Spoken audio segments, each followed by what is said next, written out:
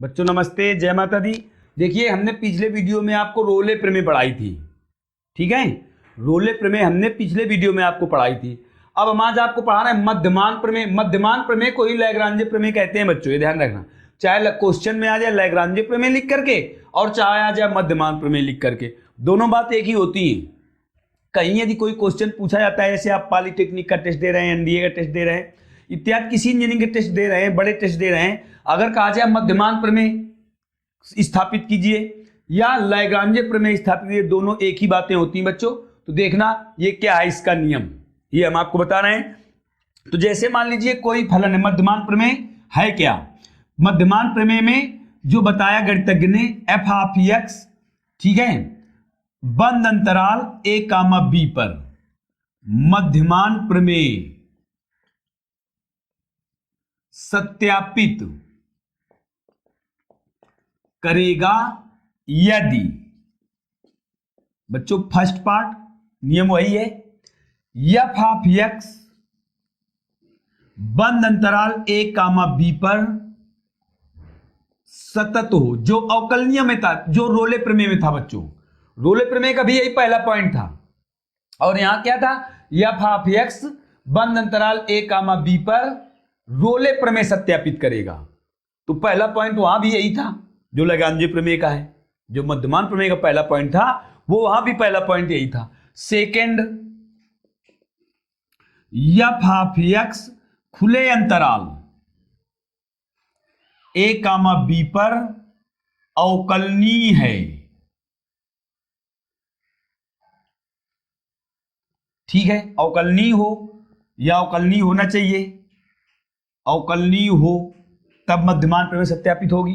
Third part में आता है बच्चों F dash C equal F of B minus F of A upon B minus A से आपको सी का मान निकालना होगा जो लैग्रांजे नियतांक है, और सी बिलोंग ए कामा बी होगा। सी बिलोंग बच्चों होगा ए कामा बी, ठीक है। जो सी आएगा वो ए और बी के बीच का होगा, तब लैग्रांजे प्रमेय सत्यापित हो जाएगी, जहां सी हमारा लैग्रांजे नियतांक है, एक नियतांक है। और जो एफ डैश सी क्या है? एफ ऑफ एक्स का पहले आप अवकलन करोगे और जितना अवकलन आ जाएगा तो उसमें एक्स के स्थान पर आप सी रख दोगे, तो एफ डैश सी हो जाएगा। देखिए 3 पॉइंट, ठीक। रोले प्रमेय में क्या था? 2 पॉइंट तो थे ही, तीसरा पॉइंट रोले की प्रमेय में था एफ भाग बी बराबर एफ ऑफ ए, और चौथे पॉइंट में आपको एफ डैश सी बराबर 0 देखा करके सी रोले नियतांक सी ज्ञात करना होता था, और सी भी हमारा ए और बी के बीच था। यहां सी ए और बी के लगभग बीच होगा, यहां सी बच्चों जो होगा वो ए और बी के लगभग बीच होगा, ठीक है। रोले नियतांक में क्या है? रोले नियतांक में सी ए और बी में बिलोंग करेगा, अर्थात इसके ए के नजदीक भी हो सकता है। बी से दूर होगा सी, परंतु ए के नजदीक होगा, बहुत ही नजदीक होगा, हो सकता है रोले नियतांक में। लैग्रांजे नियतांक में नहीं, लैग्रांजे नियतांक में लगभग दोनों के बीच में होगा सी, ठीक है। अब आपको हम जब क्वेश्चन बताएंगे तो आप समझ जाओगे, ठीक बच्चों। तो अब हम चल रहे हैं प्रश्न में। प्रश्नों में आइए आप। ये तो नियम हो गए मध्यमान प्रमेय और लैग्रांजे प्रमेय के। लैग्रांजे प्रमेय अथवा मध्यमान प्रमेय बात एक ही है बच्चों, ठीक है। तो आगे अब आते हैं हम क्वेश्चन में। तो क्वेश्चन हम आपको एनसीईआरटी बुक्स के ही बता रहे हैं, ध्यान देना। देखिए बच्चों एक क्वेश्चन है, बहुत ही अच्छा क्वेश्चन है, इसे आप अच्छी तरीके से जरूर समझ लेना। क्वेश्चन है यदि ये एनसीईआरटी बुक्स का है, एफ सच दैट बंद अंतराल -5 कामा 5 टेंस टू आर, ठीक है। एक सतत फलन है, ये पता है हमें, एक सतत फलन है, ये क्वेश्चन है हमारा, ठीक है। और यदि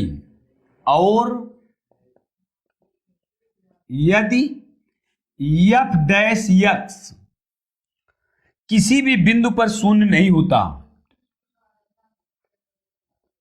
किसी बिंदु पर शून्य नहीं है, तो हमें सिद्ध करना है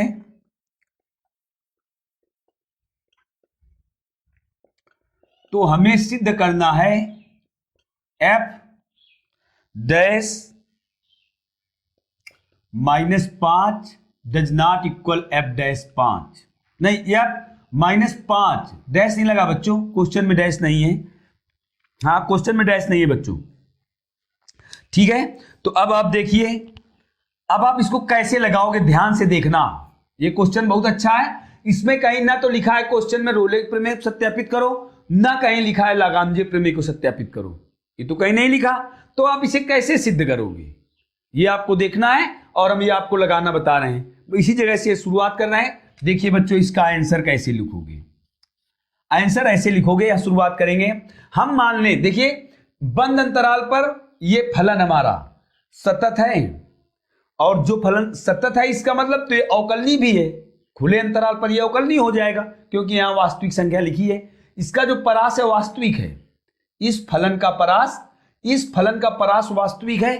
तो इसका मतलब यदि ये बंद अंतराल पर सतत है तो इस पर अवकलनीय भी है, ठीक है। तो यदि हम मान लें बच्चों, हम ये मान लें यहां, माना कि f(−5) बराबर f(5), यदि ये मान लें तो इसका अर्थ क्या हुआ, तो f(x) बराबर 0 हो जाएगा बच्चों।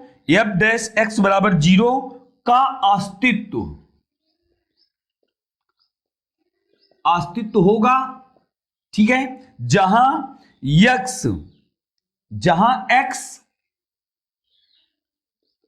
बिलोंग्स टू -5, खुले अंतराल, खुले अंतराल में कर दिया हमने। x बिलोंग टू -5 से 5। देखिए यदि ये दोनों स्थितियां, हमने उल्टा मान लिया, क्वेश्चन हमें ये सिद्ध करना था, हमने इसको मान लिया कि देखिए अगर ये स्थिति है क्या ना, क्वेश्चन में ये स्थिति है तो इसका मान शून्य नहीं हो सकता। तो यदि हमने मान लिया कि यदि ये स्थित है, इसका विलोम यदि ये स्थित है तो f(x) 0 का अस्तित्व होगा, जहां x बिलोंग टू -5 से 5। परंतु प्रश्न ने क्या कहा है, प्रश्नानुसार f(x) डज नॉट इक्वल 0 कह रहा है, ये शून्य, इसका मान शून्य नहीं है। जब इसका मान शून्य नहीं है तो निश्चित है, अतः x does not belong -5 to 5 हो जाएगा, इसका अस्तित्व नहीं होगा, ठीक। तब क्या हो जाएगा, f-5 does not equal f5, तब ये स्थिति बन जाएगी बच्चों, f-5 डज नॉट इक्वल 5। ये क्वेश्चन बहुत अच्छा है, इसे ध्यान रखना। देखो क्वेश्चन छोटा है, लेकिन आपको समझना है कैसे लगाना है। ना तो यहां कहीं रोले प्रमेय लिखी है और ना कहीं मध्यमान प्रमेय को सत्यापित करने को लिखा है, केवल इतनी बात ये परिभाषित है। तो हमें बस ये बात ध्यान देना है कि हमने देखा कि फलन अंतराल, बंद अंतराल -5, पर इसका परास वास्तविक संख्या है, और ये भी बता रहा कि एक सतत फलन है। परंतु क्वेश्चन ने कहा है कि यदि f(x) का मान किसी भी बिंदु पर शून्य नहीं है, अर्थात f(x) किसी बिंदु पर शून्य नहीं है, तो हमें यह सिद्ध करना था। तो हमने मान लिया कि ये हमारा बराबर है, हम इसके विलोम से चले, यहीं से हमने मान लिया कि माना कि f-5 इक्वल f5, तो f(x) बराबर 0 का अस्तित्व होगा। और अगर अस्तित्व होगा तो इसका मतलब क्या हुआ कि जो ये x है, ये x -5 और 5 के बीच होगा। परंतु क्वेश्चन ने क्या कहा है, क्वेश्चन ने कहा है कि f(x) बराबर 0 नहीं है किसी भी बिंदु पर, f(x) शून्य नहीं है। जब क्वेश्चन ने कहा है तो इसका मतलब क्या हुआ कि x अवयव हमारा -5 और 5 के बीच नहीं है, और जब -5 और 5 के बीच नहीं है तो अर्थात f(−5) does not equal f(5), अर्थात f-5 f5 के बराबर नहीं होगा। बस ये सवाल हमारा सिद्ध हो गया। अब बच्चों हम आते हैं लाग्रांज प्रमेय के विषय में। देखिए मान लीजिए अगला क्वेश्चन,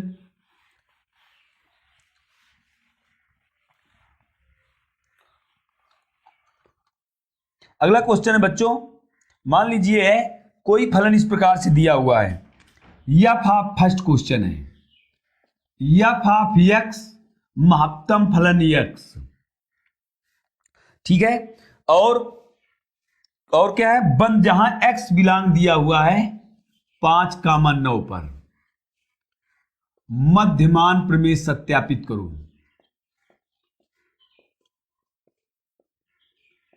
सत्यापित करना है हमें, ठीक है, ये क्वेश्चन है, सत्यापित करो। तो आप इसमें क्या करोगे, ध्यान से समझो।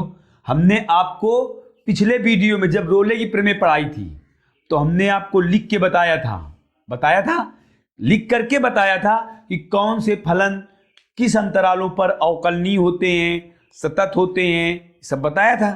हमने नोट्स कुछ अलग से कराए थे, वही प्रयोग हमको यहां करना है। सर्वप्रथम हमने देखा क्या कि ये जो एक फलन है कैसा है, महत्तम फलन है, और महत्तम फलन अपने अंतराल पर सतत और अवकलनीय नहीं होते, असतत होते हैं, हम जानते हैं। तो इसमें तो केवल हमें ये लिख देना है कि एफ ऑफ एक्स महत्तम फलन है,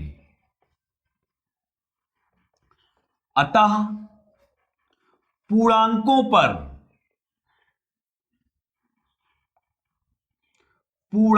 पर असतत होंगे।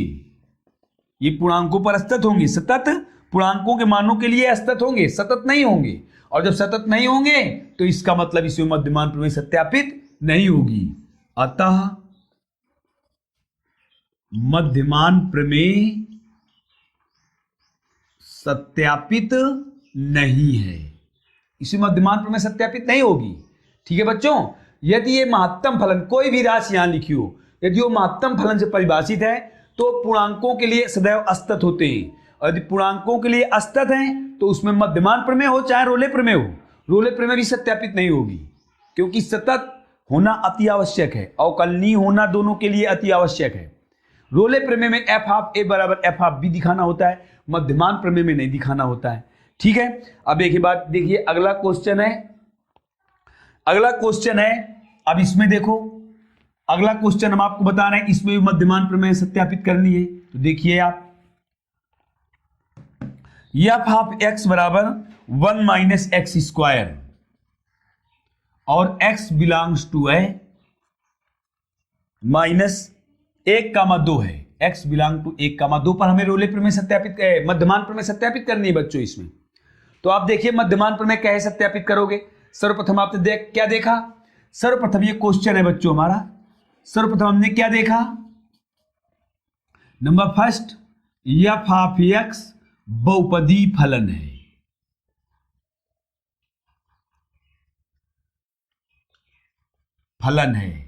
अतः बंद अंतराल 1,2 पर सतत है, सतत होगा।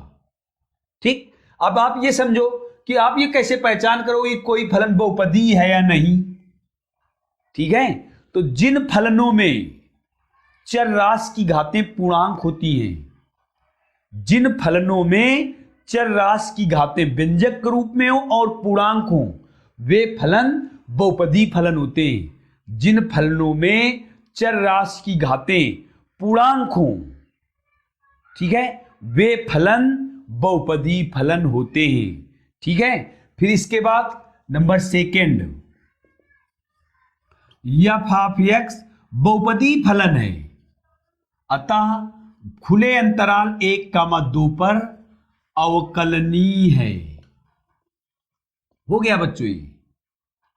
ठीक, तो इसमें मध्यमान प्रमेय सत्यापित है, मध्यमान